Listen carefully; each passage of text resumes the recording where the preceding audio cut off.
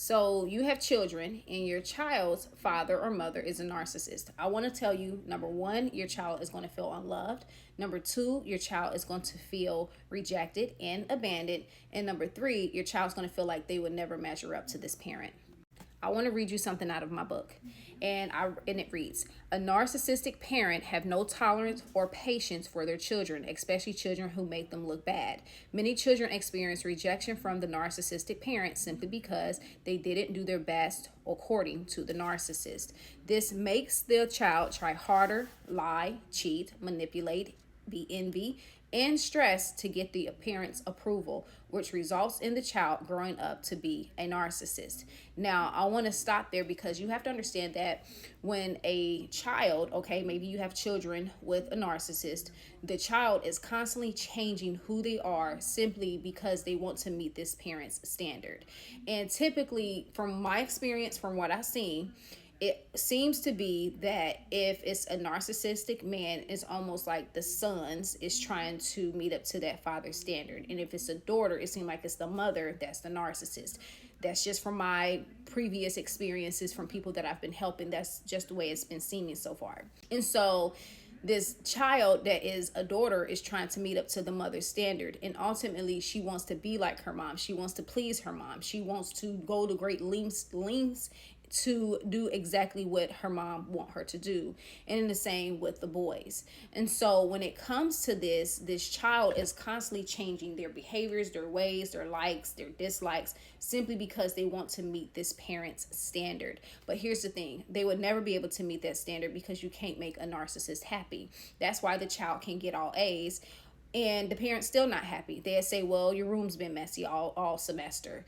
And the child's like, well, I've been studying because I've been trying to get, the good grades. Well, next time try harder and try to keep your room clean. So, or maybe the child, they want a medal for second place, and the parent's like, well, try to get first place next time. They're always trying to measure up to this parent's standard because the parent is never happy. Also, the parent also tries to put off their goals or things that they would have wanted to accomplish for themselves onto their child. So maybe this was a person who played basketball, but they did not get to fulfill that. So they're going to try to get their child to play basketball. They're going to try to put their child in making sure they got the best trainers, making sure they're going to great lengths. They will spend tons amount of money just for this child to be able to be successful so that it can make them look good ultimately. And so now they can go brag to their friends, go brag to people and say, yeah, my child, they on this basketball team and they won this medal, or they won first place, or my child got all A's. And now they're able to puff themselves up by talking about their child and making the conversation based off of just them and their child and the good things that their child is doing. I want to read you this last part in my book, and it reads: the child can never make the parents love them the way that they should. The only way the child will be loved is through being an overachiever or successful in everything they do.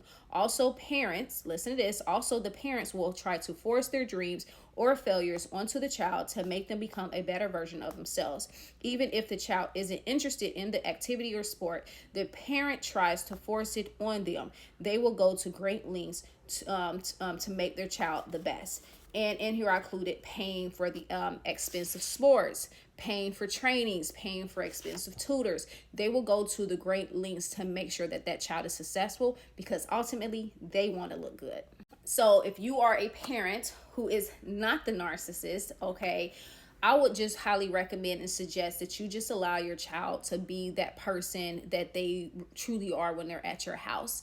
I've had people that said that they can see that their child changes from home to home simply because the child is not able to be their self when they're at the other house because they're constantly trying to please that parent. So make your house the safe space. Make your house the place where they could be their self, be the place where they don't have to be an overachiever, because when they go back, I kid you not, they're going to have that fear, that anxiety of, I have to be this overachiever to get the approval of my parent. So as you see this week, we're going to be talking about the parents being narcissists and how to help your child overcome these different things. So much more is going to come out of this. But if you are a person who would love to get this book, it's called the Narcissistic Manual.